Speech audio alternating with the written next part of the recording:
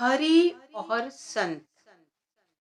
गुरु साहिब समझाते हैं कि प्रभु ने ये धरती जिसमें आवागमन के खेल का प्रसार है गुरुमुखों के लिए सर्जित की है।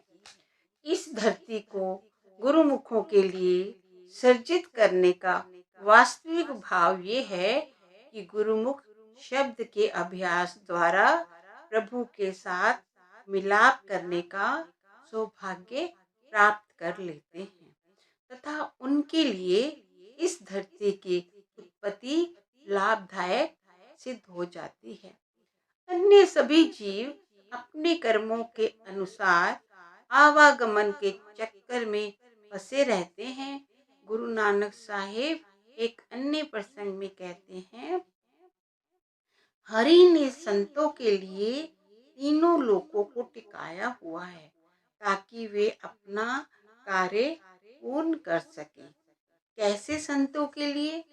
जो स्वयं आत्मा की पहचान द्वारा परमात्मा की पहचान कर लेते हैं और दूसरे जीवों को भी प्रभु की भक्ति के रंग में रंग कर भव सागर से पार ले जाते हैं। ऐसे संत जीवन के मुख्य उद्देश्य की पूर्ति में सफल हो जाते हैं। उनके लिए ये रचना मुबारक है।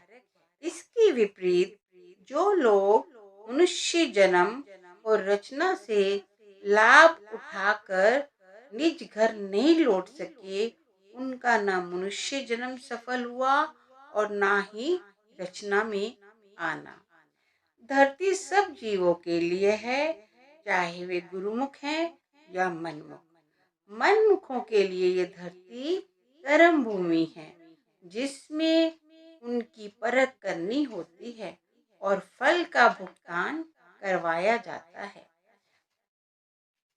जो लोग माया के मोह में फंस जाते हैं वे अज्ञानता के अंधेरे और कठिन मार्ग में खो जाते हैं।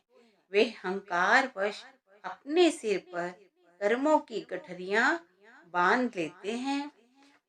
माया प्रभु के भक्तों की दासी है।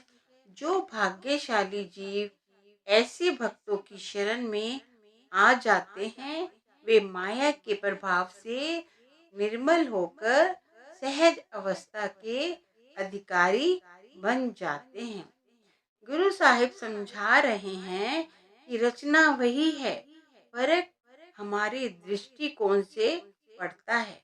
जो रचना के पुजारी हैं, रचना उनकी हाकिम बनकर उन्हें आवागमन के जाल से बांध कर रखती है। जो रचयिता के पुजारी बन जाते हैं, माया उनकी दासी बनकर रचयिता से मिलाप करने में उनकी सहायता करती है। जो साधक गुरु के उपदेश अनुसार मन को गुरु के शब्द के रंग में रंग लेते हैं वे प्रभु के प्रेम के रंग में रंग जाते हैं और उन्हें प्रभु के घर पहुंचने की बड़ाई प्राप्त हो जाती है। गुरु साहिब एक ही भाव के दो तरह से बयान करके ये सत्य दृढ़ करवा रहे हैं कि नाम के बिना कभी किसी को प्रभु में सामने की बड़ाई प्राप्त नहीं हो सकती।